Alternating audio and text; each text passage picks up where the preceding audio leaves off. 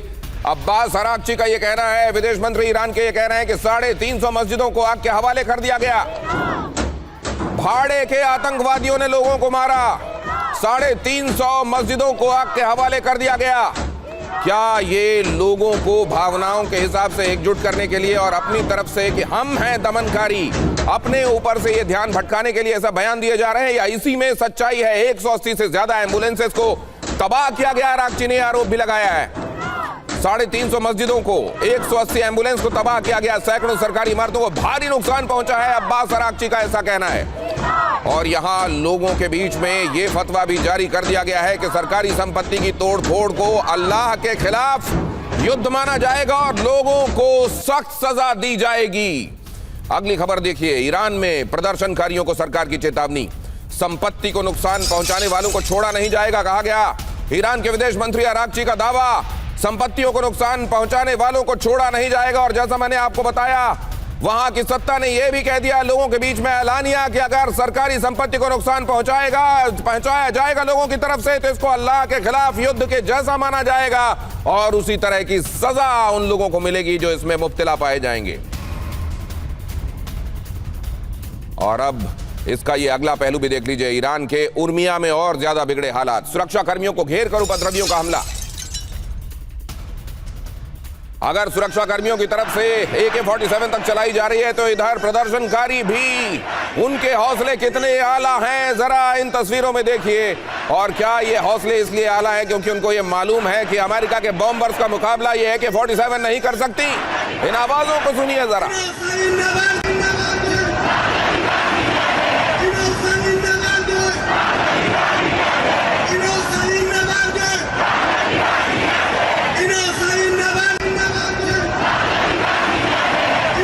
झड़प पर अमेरिकी दूतावास की चेतावनी।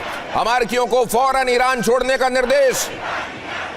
अमेरिकियों को एडवाइजरी जारी की गई है कि ईरान को फौरन छोड़ दिया जाए। तो क्या ये असल में अमेरिका की ईरान पर होने वाली कार्रवाई के पहले अमेरिकी नागरिकों की सुरक्षा के लिए उठाया जा रहा कदम है? क्या इससे ये स्थापित होता है कि आज की रात ईरान पर बहुत भारी पड़ने वाली है, खासतौर से आयतुल्लाह अली खामेनी पर?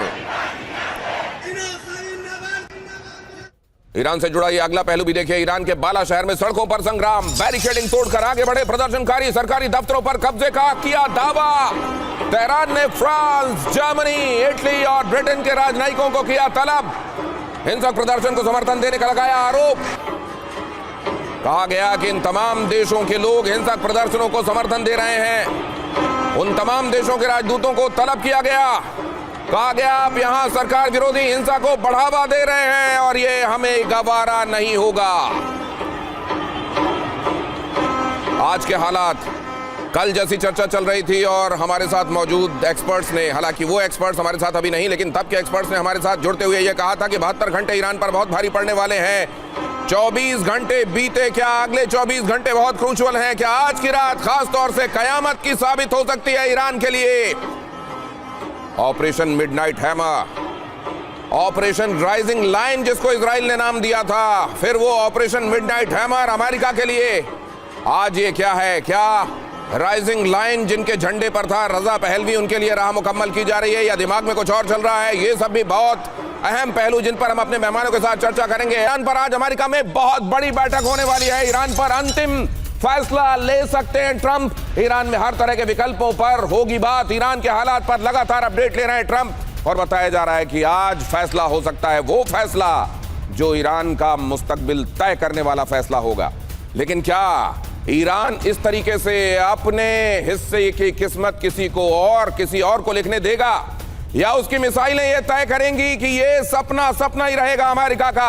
अगली खबर देखिए, ईरान पर अमेरिका में हाई लेवल मीटिंग। ट्रंप के साथ उनके मंत्री भी मौजूद रहने वाले हैं, जिसमें पीट हेगसेथ और JD वांस भी रहेंगे इसमें मौजूद। ईरान में हस्तक्षेप का बनेगा प्लान। वेनेजुएला के बाद अमेरिका के खास तौर से मंत्री इस समय उनके हौसले आली हैं और कहा यह जा रहा है कि ट्रंप को जो कहा जा रहा है उस तरीके से वो चला रहे हैं। क्या यहां एक बार फिर ट्रंप कोई एक्सट्रीम स्टेप लेते हुए दिखाई देंगे इन लोगों की वजह से। ईरान पर यह भी कहा जा रहा है कि किसी भी वक्त हमला कर सकता है अमेरिका किसी भी वक्त हमला कर सकता है। रिपोर्ट्स ये सजेस्ट कर रहे हैं ईरानी एयरस्पेस के नजदीक उड़ान भर रहे हैं अमेरिकी सैन्य विमान। कतर से अमेरिका के B-52 बॉम्बर्स ने भरी उड़ान। B-52 के साथ अमेरिकी रिफ्यूलिंग प्लेन भी मौजूद। अमेरिकी सैन्य मूवमेंट पर वॉर सर्विलांस की ये रिपोर्ट।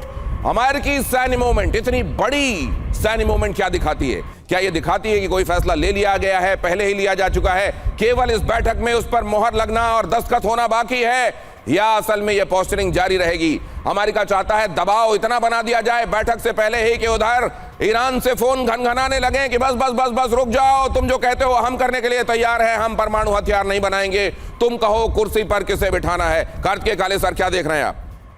नहीं, सबसे पहले तो दिनेश जी बिल्कुल सही बोला आपने कि सिचुएशन बहुत ही वॉलेटाइल है। कोई भरोसा नहीं है कि अगले 24 घंटों में ये सिचुएशन कहाँ से कहाँ पहुँच जाए।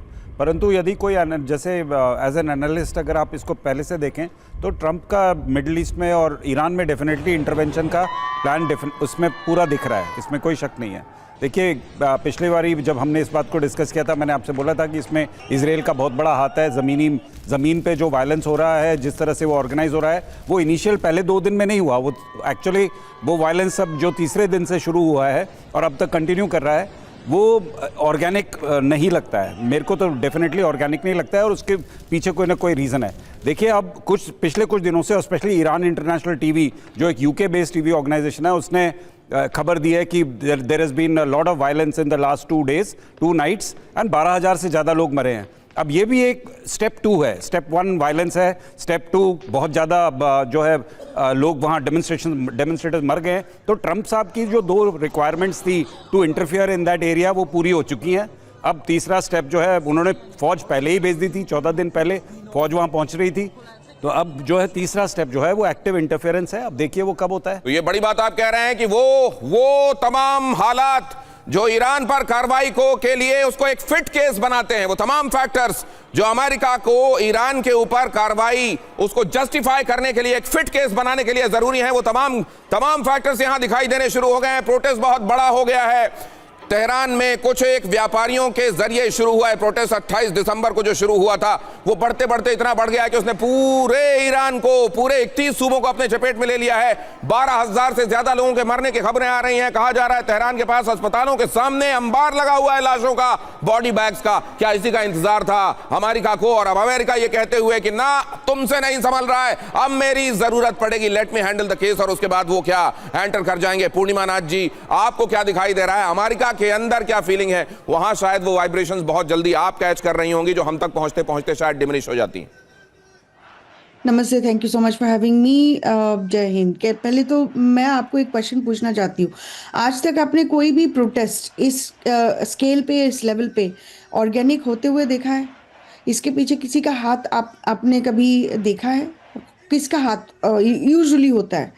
पर अनफॉर्चुनेटली यहाँ पे क्या हो रहा है कि ईरान में हम अगर थोड़ा सा पीछे जाके देखें, मैम, आपने जो पूछा है महत्वपूर्ण है और मेरे अंदर जो इस सवाल का उत्तर आया वो मैं आपके सामने रखना चाहता हूं।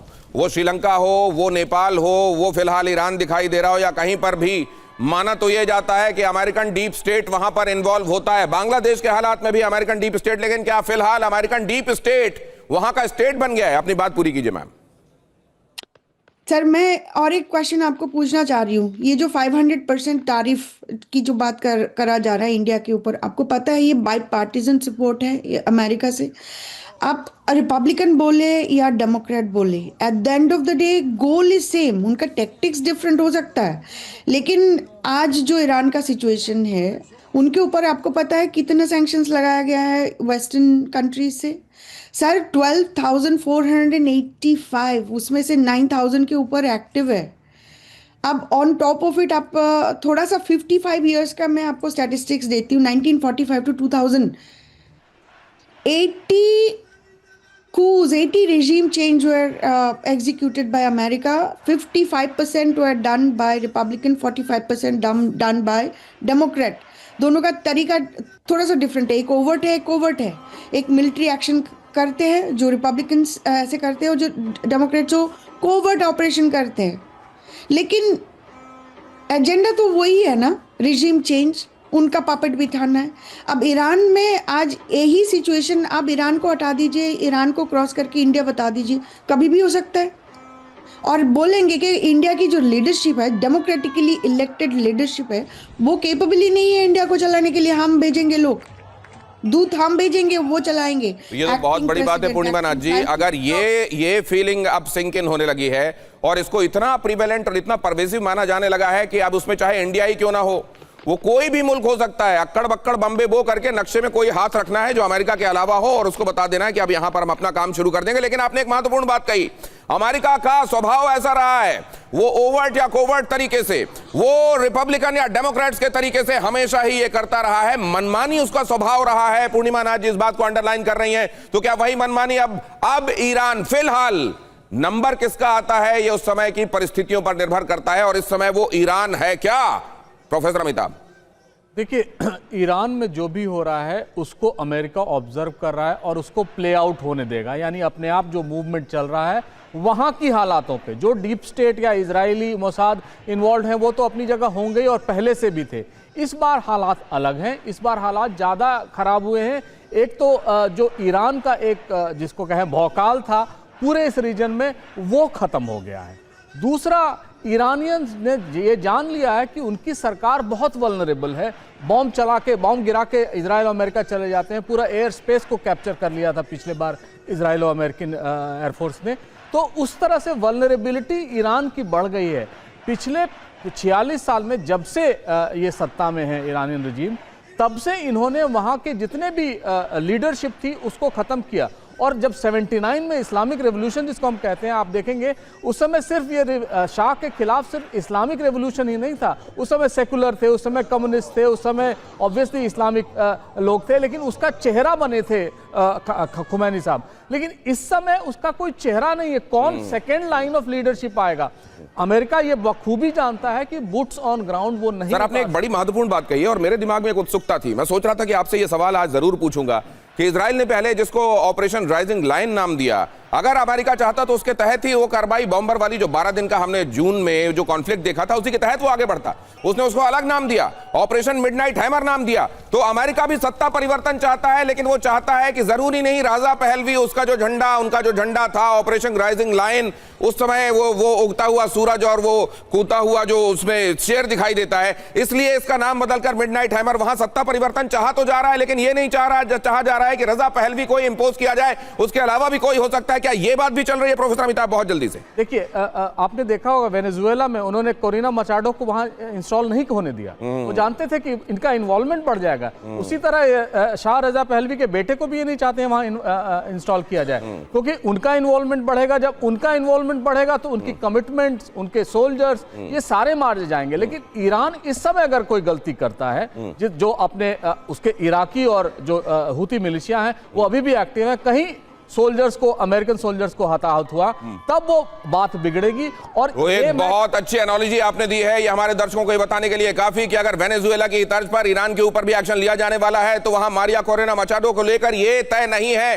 कहा तो गया था, समझा भी यही जा रहा था कि कुर्सी पर उनको इंस्टॉल कर दिया जाएगा, लेकिन ऐसा अभी तक नहीं हुआ है। तो यहां भी रजा पहलवी, जिनको स्वाभाविक दावेदार माना जा रहा है, और बहुत सारे लोग वही ऑपरेशन राइजिंग लाइन के दौरान वाला झंडा लेकर जो निकले हुए हैं सड़कों पर, वो जरूरी नहीं क्या हो। अगर ऐसा है तो एक्चुअली क्या है आगे ईरान के लिए जो हमारे एक्सपर्ट्स को दिखाई दे रहा है? ईरान के नजदीक अमेरिकी सेना में बड़ी हलचल दिखाई दे रही है। कतर के अल उदेद एयरबेस में सैन्य मूवमेंट, F-35 फाइटर जेट्स के साथ बॉम्बर्स की तैनाती, अमेरिका के KC-135 एयर रिफ्यूलिंग टैंकर्स तैनात, पाकिस्तान भी पहुंचे अमेरिकी ट्रूप्स। ये कहा जा रहा है कि सिस्तान और बलूचिस्तान वाला इलाका, आप जानते हैं एक बड़ा इलाका, 900 किलोमीटर लंबा इलाका पाकिस्तान के साथ मिलता है, और यह कहा जा रहा है कि अमेरिकी ट्रूप्स ऑलरेडी पाकिस्तान में एंटर कर चुके हैं। ये हमारे साथ मौजूद इरशाद साहब से बेहतर कौन हमको इन्फॉर्म कर सकता है? इरशाद साहब, क्या ऐसी कोई सूचना है आपके पास? बहुत शुक्रिया। मैं आपसे कल भी अर्ज कर रहा था, देखिए आप वेनेजुएला की तरह ईरान को ना समझिए, मैंने कल कहा आपसे। दूसरी बात यह है कि आप क्या समझते हैं कि कोई भी मुसलमान, कोई भी इंसान मस्जिदों को जला सकता है, मंदिर को जला सकता है, इबादत गाहों को जला सकता है? देखें, ये वो लोग थे इजरायली जिन्होंने ये हंगामा किया ईरान ने, ईरानी लोगों ने ये ऐसा कुछ नहीं किया। कल तक आप दिखा रहे थे कि ईरानी लोग हुकूमत का तख्ता पलटने वाले हैं। मैंने आपसे ये अर्ज की थी कि ऐसा नहीं है, ये ईरानी लोग नहीं है, ये वो लोग हैं जो मुल्क दुश्मन अनासिर होते हैं। ये जो जेलों में बंद हो रहे हैं और जो ये मरे हैं, देखिए इदारे अपना कंट्रोल रखते हैं हमेशा। कहां से आ गए ये लोग? कंट्रोल रखते हैं किसी भी मुल्क की। देखिए मेरी बात सुन लीजिए गौतम। ना ना ना, आप अपनी बात कहिएगा डॉक्टर इरशाद। 12-12 हजार लोग कहां से घुस गए ईरान के भीतर? क्या लग रहा है आपको? आपकी तरफ से गए हैं क्या? ये कौन से लोग हैं जो वहां पर ये मस्जिदों को आग लगा रहे हैं? वो कौन से लोग थे जिन्होंने इनके जनरल को शहीद किया? वो कौन से लोग थे इजरायली जिन्होंने इनके पहले फौजियों को शहीद किया था? आप देखें, मैं ये हमेशा ये कहता हूं कि हकीकत को तस्लीम किया करें, लोगों को देखा करें कि किस मुल्क में क्या हो रहा है। कल तक मेरे मुल्क में जो मतलब आप ये कह रहे हैं कि कासिम सुलेमानी को मारने वाले लोग या उसके बाद जिन लोगों ने, अमेरिका और इजराइल ने जिन लोगों ने इनके तमाम दूसरे आर्मी ऑफिसर्स को निशाना बनाया, वही लोग ये करवा रहे हैं, आप ये कह रहे हैं? बिल्कुल, इसके पीछे कुछ एजेंसी होते हैं, कुछ ममालिक होते हैं, कुछ ना ना ना ना, आप ये कह रहे हैं सर अमेरिका इसके पीछे है। ऐसा आप कह रहे हैं अमेरिका इसके पीछे है सर? अभी कासिम सुलेमानी को किसने मरवाया था सर? अमेरिका ने मरवाया था। आपने क्लियर कट कहा, ये बड़ी बात कह रहे हैं इरशाद साहब, इसको फ्लैश कीजिए। अमेरिका इसके पीछे, ईरान में चलने वाले डिस्टर्बेंसेस के पीछे अमेरिका कहा जा रहा है इरशाद साहब की तरफ से। जी, और इजराइल है। मैं ये कह रहा हूं अमेरिका और इजराइल। अभी आपने कहना शुरू कर दिया कि पाकिस्तान में भी अमेरिकन जहाज आ गए। देखिए, ये इस तरह की खबरें मत फैलाया करें, ना पैनिक फैलाया करें। हम जो भी करेंगे इंशाल्लाह पूरी दुनिया के सामने। अच्छा, कभी अमेरिका ने पाकिस्तान के एयर स्पेस का भी यूज नहीं किया था सर, या जो किया था? मैं एक बात बताऊं आपको कि पाकिस्तान हर मुल्क से दोस्ती रखता है, हिंदुस्तान की तरह हर सुराख में उंगली नहीं देता है जिससे किसी से भी सांप डसा। अभी आपको किसने सांप ने डसा है? क्या आप हर सुराख में मोदी जी उंगली देते? आज मोदी जी कहां छुपे हुए हैं? मोदी जी इसी का खमियाजा भुगत रहे हैं। आ गए ना। तमाम ममालिक से दोस्ती रखते हैं, तमाम मालिक के साथ बिजनेस कर रहे हैं, तमाम। सर ये बताइए, आपने एक और बात कही, वो कौन से लोग हैं जो मंदिरों को तोड़ते हैं? वो कौन से लोग हैं जिन्होंने मंदिरों को तोड़ तोड़ कर यहां पर मस्जिदें बनाई? तो वो कौन से लोग हैं जो वहां मस्जिदों में आग लगा रहे हैं? आप बेहतर जानते होंगे सर, क्योंकि आपको ये पता होता है कि इस तरह के एलिमेंट्स कहां पे हैं। लेकिन आपने एक महत्वपूर्ण बात कही है, आपने कहा है कि ऐसे कोई ट्रुप्स, आपने ये भी कहा अमेरिका और इजराइल के इसके पीछे हैं, और आपने ये भी कहा कि ऐसे कोई ट्रुप्स अभी पाकिस्तान में नहीं है। क्या वाकई पाकिस्तान में इस तरह के कोई ट्रुप्स नहीं पहुंचे हैं, या पाकिस्तान को यह ताकीद की गई है कि इसके बारे में दुनिया को पता नहीं चलना चाहिए? अगली खबर देखिए, ट्रंप की तैयारी, ईरान पर बमबारी। आपके पास आता हूं इरशाद साहब, लेकिन यह पर्सपेक्टिव भी देख लीजिए जरा। ईरान के पास अमेरिका ने हवाई ताकत बढ़ाई, यहां किस तरीके से कतर के अल उदैद बेस पर अमेरिकी फाइटर जेट्स एक्टिव दिखाई दे रहे हैं। तो फिर ये मीटिंग किस लिए हो रही है? क्या मीटिंग के पहले ये एक प्रेशर टैक्टिक है ताकि उधर जो ये बात खुद ट्रंप ने कही थी कि हमारे पास फोन बज रहे हैं, ईरान से उनके नेताओं के फोन आ रहे हैं, तो क्या ये सारा इधर बैठक करना, इधर ये दबाव बनाने की रणनीति है क्या, ताकि बैठक से पहले फोन जाए और कहा जाए कि मानते हो तो ठीक है, वरना बैठक में हम एक खास तरह के कार्यान्वयन के लिए आगे बढ़ने वाले हैं? कतर में एयर टैंकर, बम वर्षक F-35 लड़ाकू विमान तैनात कर दिए गए हैं। अमेरिकी, यहां देखिए जरा, मिडिल ईस्ट में अमेरिका के सैनिक 34,000 से बढ़ाकर 50,000 कर दिए गए हैं। ईरान से तनाव के बीच अमेरिकी ट्रूप्स पाकिस्तान पहुंचे हैं। हालांकि इरशाद साहब कह रहे हैं कि मैं इस बात की तस्दीक नहीं करता, और उनके हिसाब से ये एक गलत खबर को प्रोपेल करने जैसा है। अगली खबर देखिए जरा, सड़कों पर उतरे राष्ट्रपति मसूद पेजेश्कियान, खामेनेई के पक्ष में सड़कों पर उतरे। पेजेश्कियान के समर्थक भी साथ में थे मौजूद। हालांकि पेजेश्कियान में जिस तरह के रिफॉर्म्स का वादा किया था आपने अपनी जनता के साथ, पेजेश्कियान उन रिफॉर्म्स को अमल में नहीं ला पाए हैं। मार्च के दौरान ईरानी झंडा, इस मार्च के दौरान ईरानी झंडा भी लहराया गया, और असल में उन लोगों को जवाब है जो रजा पहलवी के समय का झंडा लेकर सड़कों पर इस समय उतर रहे हैं। यहां पर ईरान का मौजूदा झंडा लेकर उतरे ये लोग। पेजेश्कियान ने आयतुल्लाह खामेनेई के पक्ष में माहौल बनाने के लिए ये मार्च निकाला। लेकिन सवाल यहाँ ये है कि ये क्या, ये कोमोडोर कार्तिकेय काले, ये बात जो कही जा रही है पाकिस्तान की तरफ से, ये काबिले एतबार है क्या कि अमेरिकी ट्रुप्स पाकिस्तान में नहीं है आपके मुताबिक? नहीं, ऐसा देखिए, पाकिस्तान का हमेशा से डबल गेम रहा है, एंड ये सारा मिडिल ईस्ट भी जानता है, और डेफिनेटली हम तो जानते ही हैं इसको अच्छी तरह से। और जो बलूचिस्तान की तरफ के एयरबेसेस हैं, और जो बात हुई थी जब field marshal Asim Munir US गए थे और वहाँ खाना खा रहे थे ट्रंप के साथ, तो शायद जो डील हुई थी उसमें मैंने पहले भी कहा था, वन ऑफ द डील का पॉइंट्स वाज कि जब हम ईरान में एंटर करेंगे या ईरान के सर्वेलेंस के लिए जो हवाई जहाज आएंगे वो किस तरफ लैंड करेंगे। तो पाकिस्तान के जो बलूचिस्तान की तरफ के बेसेस हैं वो they are being regularly used for that, इसमें कोई शक नहीं है। पहले भी वो यूज़ हो चुके हैं अगेंस्ट ईरान और इस बारी भी यूज़ हो रहे हैं। आपको याद होगा ईरान ने एक बारी बॉम्ब भी किया था पाकिस्तान को उस तरफ से। तो देयर इज़ अ हिस्ट्री, इसमें इतिहास है और डेफिनेटली इसमें स्ट्रेटेजिक सामरिक तौर पे पाकिस्तान के लिए एडवांटेज है, because Pakistan gets American money, after all that is what the whole thing is. नहीं, लेकिन सर टर्की ने बड़ा इस समय बड़ा एक्सप्लिसिट संदेश दिया है कि इस तरह की किसी तरह की अमेरिकी की अगर कार्रवाई होती है हम उसके एकदम खिलाफ हैं। टर्की ये लाइन ले रहा है, पाकिस्तान इधर रुपयों के डॉलर के लालच में ही अगर अमेरिका की मदद करता है तो क्या वो जिस उम्मा की बात करता है और अपने झंडे के नीचे बाकी मुल्कों को लाने की बात करता है, ये कहते हुए कि हमारे पास परमाणु अस्त्र भी हैं इसलिए हमारे साथ लाइन लगा लो, क्या उसकी ये अपील, उसकी ये बातें आइंदा दिनों में सुनी जाएंगी? देखिए, सारी लड़ाई उम्मा के लीडरशिप की ही है मिडिल ईस्ट में, इसके अलावा और कोई लड़ाई नहीं है। Turkey, Saudi Arabia, UAE, Pakistan, इन सब के बीच में जो आपसी गहमा गहमी चलती है, आपसी पॉलिटिक्स चलती है, वो इसी बात पे चलती है कि उम्मा की लीडरशिप कौन लेगा। इस समय टर्की का पलड़ा थोड़ा भारी है। UAE versus Saudi Arabia Yemen में इन्वॉल्व हो गए हैं, वो एक अलग उस पर चल रहे हैं। सऊदी अरेबिया यूएस से थोड़ी खिटपिट चल रही है। पाकिस्तान इस पूरे गेम में जिसे बोलते हैं बीच के बिचौलिए की तरह इधर से उधर घूम रहा है और ये कोशिश कर रहा है कि कहां पर उसकी गोटी फिट होती है। अब देखिए आगे क्या होता है। सिचुएशन इस समय किसी के हाथ में नहीं है। टर्की यस इस समय स्ट्रॉन्गेस्ट कंटेंडर टर्की है, बिकॉज वो स्टेबल है, उसके पास नेटो की पोजीशन है, मिलिटरली वो एक स्ट्रॉन्ग नेशन है, इसमें कोई शक नहीं है।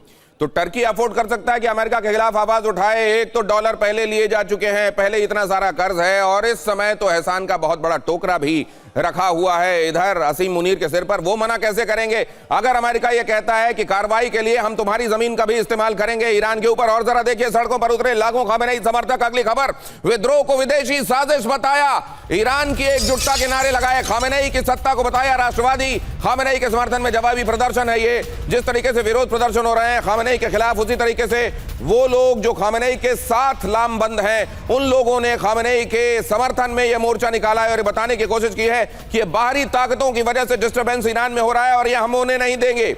ये जो एक डाइवर्जन किया जा रहा है, इसको ये दिखाने की कोशिश है प्रोफेसर अमिताभ की ये तो असल में बाहरी लोग हैं, उन्होंने ये कर दिया। अभी इरशाद साहब भी ये बता रहे थे कि वो कौन से लोग हैं जो मसाजिद जला रहे हैं।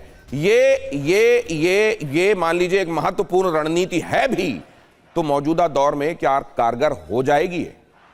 देखिए, ईरान इस तरह के प्रोटेस्ट से अछूता नहीं रहा है, लेकिन इस बार डिफरेंस क्या है? इस बार डिफरेंस है इकोनॉमिक इनइक्वालिटी, इकोनॉमिक डिफरेंसेस इतने ज़्यादा बढ़ गए हैं। आप ये समझिए $1 मतलब 15 लाख रियाल, और वहाँ ऑलरेडी 2018-19 से जब से सैंक्शंस लगे हैं वहाँ के हालात बहुत बुरे हैं। तो किसी पर ब्लेम कर देना ये बहुत लाजिमी है, लेकिन वहाँ के हालात के लिए कि वहाँ के लीडरशिप जिम्मेवार है ये मानते हैं। पेजेश्कियान साहब को इस बार उन्होंने क्यों अलाउ किया, जो सुप्रीम काउंसिल थी कि उसको इनको लड़ने देंगे, इसलिए कि वो अमेरिका से हस्तक्षेप कराना चाहते थे, लेकिन बहुत म्यूटेड लेवल पे। लेकिन अब हालात बिगड़ गए हैं। खामेनेई साहब की अब वो उम्र नहीं रही कि एक्टिव होकर वहां पर कंट्रोल कर पाएं। ये जितने प्रो गवर्नमेंट डेमोन्स्ट्रेशन है आप देख रहे हैं, सिर्फ तेहरान की का ही इमेज आ रहा है। जो बाकी बड़े शहर हैं, मशाद, इस्फहान, वहां आप प्रो गवर्नमेंट प्रोटेस्ट नहीं देख रहे हैं।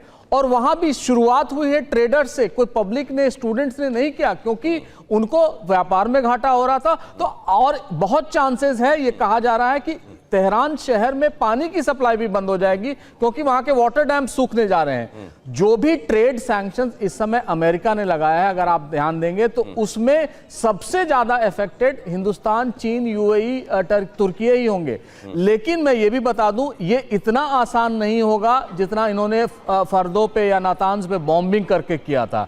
पूरा उम्मा जो है इसका विरोध करेगा। इसलिए नहीं विरोध करेगा कि इसमें अमेरिका इन्वॉल्व है या बहुत प्रॉब्लम चल रही है, इसलिए ओपोज करेगा कि किसी भी तरह वो इजराइल का हस्तक्षेप ईरान में नहीं चाहता है। और सऊदी अरेबिया ने तो पहले ही क्लियर कर दिया था। अब यूएई भी बहुत बड़ा एक फैक्टर हो गया है। तुर्की है जिसकी बॉर्डर लगती है, वहां से ऑलरेडी सीरिया से बहुत सारे रेफ्यूजीज वहां जाए, अब ईरान से वहां जाना शुरू हो जाएंगे। तो आप देखेंगे कि ये पूरा मिडिल ईस्ट को उथल पुथल कर देगा। ट्रंप में ये केवल ईरान पर असर नहीं डालेगा, ये पूरे मिडिल ईस्ट पर उथल पुथल करने वाला होगा। और ये तो है ही कि ठीक है, असल में वहां रहते हुए ये आप देखें कि बड़ी दरारें इन मुल्कों के बीच में भी दिखाई देती हो जो ये कहते हो कि हम एक धर्म की वजह से एक दूसरे के साथ जुड़े हुए हैं, लेकिन अमेरिकी दादागिरी अगर इस हद तक बढ़ेगी तो वो अपने आप एकजुट होने लगेंगे। ईरान के मिसाइल ठिकाने पूरी तरह से एक्टिव कर दिए गए हैं। ईरान भी अपनी तरफ से कोई और कसर नहीं छोड़ना चाहता, तैयारी पूरी रखना चाहता है। उसको ये मालूम है ट्रंप इस समय जिस तरह के मूड में है और जिस तरह की ताकतों का इन्फ्लुएंस उनके ऊपर बताया जाता है, वो कभी भी किसी भी तरह का फैसला ले सकते हैं। इसलिए ईरान भी अपनी तरफ से कसर नहीं छोड़ना चाहता। अपनी मिसाइलों को एक्टिव कर दिया है उसने, अपने ड्रोन्स को एक्टिव कर दिया है, ठिकाने हर तरह के पूरी तरह एक्टिव। सेना की ड्रोन ब्रिगेड को वॉर मोड पर तैयार रहने के लिए कह दिया गया है। अब जरा देखिए तैयारी, ये जो तैयारी है अमेरिका से जंग की तैयारी में किस तरह से जुटा हुआ है ईरान, किस तरीके के संकेत मिलने लगे हैं और कैसे ये पता चल रहा है कि ईरान भी ये समझ रहा है कि इस बार मामला पहले के मुकाबले काफी अलग है और उसे तैयारी रखनी पड़ेगी। यहां देखिए जरा अमेरिका से जंग की तैयारी में जुटा ईरान। ईरानी सेना को खमेनेई ने अलर्ट किया, कई शहरों में एयर डिफेंस सिस्टम तैनात किए गए। तेहरान के आसपास मिसाइल वॉर ड्रिल चल रही है। मीडियम रेंज बैलिस्टिक मिसाइल का टेस्ट किया गया। अंडरग्राउंड मिसाइलों की डिप्लॉयमेंट, पूर्वी क्षेत्रों में मिसाइल लॉन्चर्स की तैनाती ये बता रही है कि खास तौर से अपनी ताकत, कहा जाता है कि जब आप मुसीबत में हों तब अपनी ताकत पर आप रिलाय करें। उनकी ताकत है ये मिसाइलें और उन मिसाइलों को डिप्लॉय किया जाना शुरू किया जा चुका है। पूर्णिमा नाथ जी, ठीक है, ये जो आप कह रही थी कि ये असल में अमेरिकी स्वभाव है, इसको डीप स्टेट, सिर्फ डीप स्टेट तक कन्फाइन ना किया जाए। ये रिपब्लिकन्स हो या डेमोक्रेट, कोई कोवर्ट, कोई ओवर्ट, कोई प्रत्यक्ष, कोई परोक्ष, अगर करता ही रहा है इस समय के हालात में एक साथ कई फ्रंट खोलना, क्या यह समझदारी भरा होगा? आप अगर अमेरिका के हित, अगर वहाँ के हिसाब से आप देखें, उनके लिए तो it doesn't even matter. Iran की डिफेंस बजट आप देख लीजिए, 24 बिलियन। अमेरिका की डिफेंस बजट क्या है? 1 ट्रिलियन। अब 1.5 ट्रिलियन मांग रहे हैं president Trump. Actually at this point of time 62% more defence budget America के पास है। आप एक्टिव मिलिट्री लीजिए, पैरा मिलिट्री लीजिए, रिजर्व मिलिट्री लीजिए, आप वो इक्विपमेंट लीजिए, मिसाइल लीजिए, पर क्या कंपैरिजन है ईरान के साथ अमेरिका की। लेकिन ये एक पैटर्न आपको नज़र अंदाज नहीं करना चाहिए। ये बेसिकली कॉलोनियल पैटर्न है। अभी 21st सेंचुरी में ट्रंप ने बेसिकली ओपन कर दिया है, मास्क हटा दिया है इसकी। ये सालों भर से चल रहा है। पहला हमारे यहाँ पे अमेरिका की फर्स्ट एक कू जाना जाता है 1893 की हवाई की, जहाँ पे लिली यूकालानी जो क्वीन है उसको हटाया गया था, उसमें कॉलोनियल गवर्नमेंट को बिठाया गया था।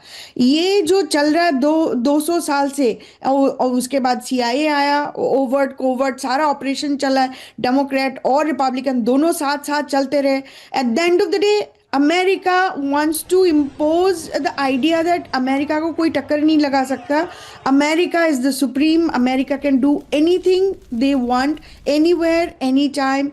ये और इनके लिए कोई बड़ी बात नहीं है क्योंकि इनके एजेंट बैठे हुए हैं हर इंस्टीट्यूशन में। ये बड़ी बात आप कह रही हैं मैम कि असल में ईरान अगर ये सोच रहा है कि इस समय यूक्रेन वाले मामले में असल में रशिया के साथ भी उलझाव है, इधर वेनेजुएला के बाद एक उलझाव अलग तरीके का बन ही गया है, और ऐसे में शायद ईरान के ऊपर कार्रवाई को कहीं शायद ये सोचा जाएगा कि किसी और टाइम में मुफीद होता। अगर ऐसा होता तो अमेरिका इस समय इसको इतना आगे बढ़ाता ही नहीं। अमेरिका ये बहुत अच्छे से वे कर रहा है कि वो जो मैसेज पूरी दुनिया में देना चाहता है कि अमेरिका से बड़ा, अमेरिका से शक्तिशाली कोई नहीं, उसको लगातार उसको रिपीट करते रहना है ताकि ये बात हर एक आदमी के दिमाग में पैबस्त हो जाए। और ईरान प्रोटेस्ट में पहली फांसी की सजा, जरा देखिए यहां फांसियां दी जा रही हैं, क्या ये और ज्यादा प्रोवोकेटिव होगा? इरफान सुल्तानी कहा जा रहा है उस व्यक्ति का नाम, इरफान सुल्तानी को फांसी की सजा दी गई है। बुधवार को इरफान की फांसी तय। विद्रोह का चेहरा इरफान सुल्तानी की फांसी का विरोध भी होने लगा है। और ऐसे में अगर यह फांसी दी जाती है तो फिर क्या होगा? क्या यह विद्रोह और ज्यादा बढ़ जाएगा? क्या यह विरोध प्रदर्शन और ज्यादा बढ़ जाएगा? या यहीं से उन लोगों को एक मैसेज जाएगा कि अब तो न सिर्फ गोलियां चलाई जा रही हैं, लोगों को लटकाया भी जा रहा है, और ऐसे में शायद वो लोग शांत होने लगे? क्या ऐसा सोचा जाना, अगर डिस्पेंसेशन ऐसा सोचा जा रहा है तो क्या इस वक्त सही है? ईरान में प्रदर्शन कुचलने की साजिश देखिए जरा। प्रदर्शन को लीड कर रहे युवक को बगैर सुनवाई फांसी का ऐलान किया गया है। 26 साल के युवक इरफान सुल्तानी को कल दी जाने वाली है फांसी। ये जो फांसी दी जाने वाली है, सादी वर्दी में प्रदर्शनकारियों पर हमला कर रहे हैं एजेंट, ऐसा कहा जा रहा है सीक्रेट एजेंट्स ने प्रदर्शनकारियों को चाकू मारा। इंटरनेट अब भी पूरी तरह बंद है, खबरें पूरे पुख्ता तौर पर सामने नहीं आ रही हैं, लेकिन जो पता चल रहा है वो हम आपके सामने रख रहे हैं। यहां क्या ये काउंटर फायर कर सकता है और ज्यादा मौजूदा डिस्पेंसेशन के लिए, या इससे कोई फर्क नहीं पड़ेगा? आपको क्या लगता है इरशाद साहब?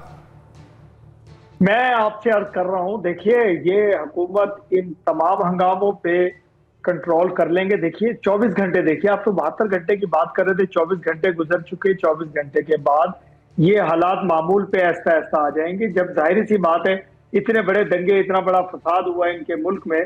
हुकूमत पहले कोशिश ये करती है कि अपने लोगों के साथ जुल्म ना हो जाए, लेकिन जब हुकूमत को मालूम पड़ता है कि ये अपने लोग नहीं, इसमें काली भेड़ें छुपी हुई हैं, तो फिर उनको मारना लाजिम हो जाता है। दूसरा, अभी ये मेरी बहन बैठी हुई है अमेरिका। सर आपने इंपॉर्टेंट बात कही है, ये जो काली भेड़ें हैं सर, ये वैसी ही काली भेड़ें हैं क्या जैसी आपको इस समय खैबर पख्तूनवा में या बलूचिस्तान में दिखाई देती हैं? जी बिल्कुल, हमने काली भेड़ों को चुन चुन करके मारा। बलूचिस्तान में जो दहशतगर्द आपके छुपे हुए थे उन्हें मारा, KPK में मारा, पंजाब में मारा। खुदा की कसम सफाया किया काली भेड़ों का, आपकी जो छुपी हुई थी मेरे मुल्क में, जो सरहद पार से आई थी। आप दूसरी बात सुनिए, आपको हर जगह कोई दूसरा दिखाई देता है। एक आप जब से मेरे साथ चर्चा कर रहे हैं, मैं बहुत दिनों से आपसे इल्तजा कर रहा हूं कि एक जगह बताइए जहां आपको मालूम हो कि ट्रेनिंग कैंप्स हैं। मैं बताता हूं आपको POK में कहां पे ट्रेनिंग कैंप्स हैं, कहां से इन्फिल्ट्रेशन होता है, ये मैं सब आपको बता सकता हूं। आप तथ्यों के साथ बात किया करें इरशाद साहब, उससे आपकी इमेज अच्छी होगी, वरना लोग कहेंगे कि ये टाई कोट पहन के आते हैं लेकिन मनमानी कह देते हैं यहाँ पे। ये ठीक मैसेज नहीं जाएगा, प्लीज ऐसा ना किया करें आप।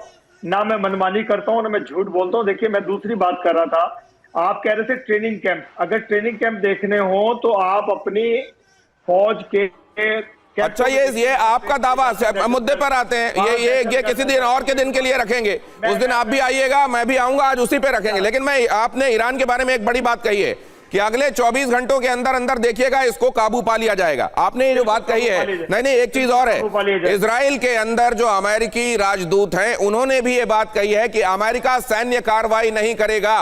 मैं ये क्या आपकी बातों से उसी को एक्स्ट्रापोलेट करते हुए क्या कार्तिकेय काले सर आपके पास आकर ये समझ सकता हूं कि अमेरिका के राजदूत इजराइल के भीतर ये कहते हैं कि अमेरिका सैन्य कार्रवाई नहीं करेगा? इधर इरशाद साहब को भी ये लगता है कि उसको वहां पर जो विद्रोह है उसको दबा लिया जाएगा। क्या ऐसा भी हो सकता है या कार्रवाई तो आगे दिखाई दे रही है आपको? देखिए ऐसा है कि सिचुएशन इज राइप। जो ट्रंप ने 2 कंडीशंस लगाई थी, as far as the decision is concerned, वो दोनों कंडीशंस मीट हो गई है। एक जगह स्ट्रीट पे वायलेंस हुआ है, और अब जो एक ईरानियन न्यूज़ पे कमेंट करने वाला न्यूज़ चैनल है जो UK में बेस्ड है, अब उसने इंडिपेंडेंट है, इसको अपॉस्ट्रोफी में जैसे बोलते हैं ना इंडिपेंडेंट, जो बहुत चीज़ों से फंड होता है, उसने बोल दिया है कि 12,000 से लोग जो हैं, ज़्यादा लोग कल रात को मरे हैं और परसों रात को मरे हैं। तो अब ये 2 कंडीशन सेटिस्फाई हो गई हैं। अब आगे क्या होता है दैट इज टोटली लेफ्ट। आपको अमिताभ सर क्या दिखाई दे रहा है? सिचुएशन राइप है, इससे ज्यादा कम से कम अमेरिका जो चाहता है वो एकदम कंड्यूसिव लग रहा है, आपको क्या लग रहा है? देखिए अगले 3-4 दिनों में, आप 72 घंटे कह रहे हैं, मैं 3-4 दिनों में कह रहा हूं, जुमे की नमाज तक आप देखेंगे ये प्रोटेस्ट पीक पर जाएगा। लेकिन मैं ये कह दूं कि अभी खामेनी हट जाएंगे, अभी पेजेश्कियान हट जाएंगी, ये नहीं है। अभी नहीं दिखाई दे रहा है कि वहां की लीडरशिप हटेगी, लेकिन अगले 3-4 दिन बहुत क्रूशियल है।